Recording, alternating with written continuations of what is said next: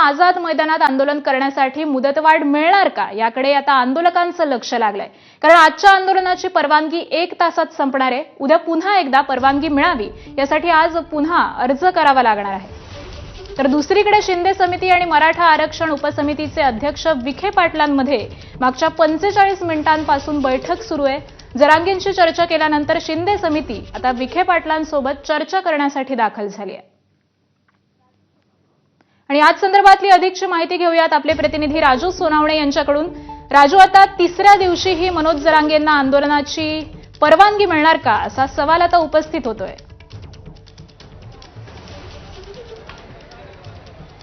आकांक्षा, आपण पाहतोय की अवघा 1 तास उरलेले आहेत, 5 वाजलेले आहेत आणि 6 वाजेपर्यंत मनोज जरांगे पाटलांच्या आंदोलनाला जी आहे ती पोलिसांनी वेळ दिलेली आहे। त्यामुळे आपण पाहतोय की साहजिकच आहे की 1 तासामध्ये आंदोलनाची परवानगी संपणार आहे।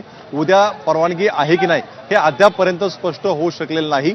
जर उद्या पुन्हा या आंदोलनासाठी बसत असेल तर नव्याने परवानगी मागावी लागणार आहे। त्यामुळे अद्यापपर्यंत यावरती शिक्कामोर्तब झालेलं नाही। खरं तर पहिल्या दिवशी सुद्धा 1 दिवसाची होती, काल पुन्हा एकदा आंदोलकांनी जे आहे ते अर्ज केला आणि पुन्हा पोलिसांनी 1 दिवसाची मर्यादा जी आहे ती वाढवून दिलेली होती। आता पुन्हा जर आंदोलन करत असेल तर पुन्हा एकदा अर्ज करावा लागणार आहे। मात्र इथली सगळी परिस्थिती पाहिली तर परवानगी नाकारली तरीही हे आंदोलन जे आहे ते सुरूच राहील अशा प्रकारचं आपल्याला पाहायला मिळते।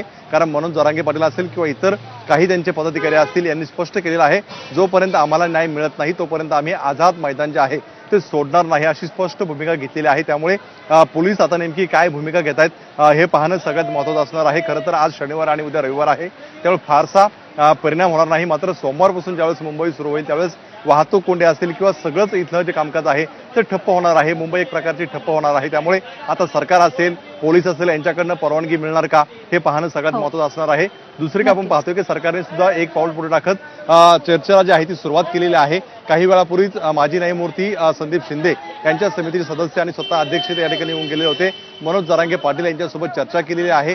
आतापर्यंत मराठा समाजासाठी काय काय केलेलं आहे त्याचा सगळा लेखाजोखा जो आहे तो संदीप शिंदे यांनी वाचून दाखवलेला होता। आणि आता ही समिती जी आहे ती मंत्रिमंडळ उपसमितीचे अध्यक्ष जे आहे ते राधाकृष्ण विखे पाटील यांच्याकडे गेलेले आहेत। या बैठकीकडे सगळ्यांचंच लक्ष लागलेलं आहे। यामध्ये काय निर्णय घेतला जातो हे देखील पाहणं अत्यंत महत्त्वाचं ठरणार आहे। धन्यवाद राजू, आपण दिलेल्या माहितीबद्दल।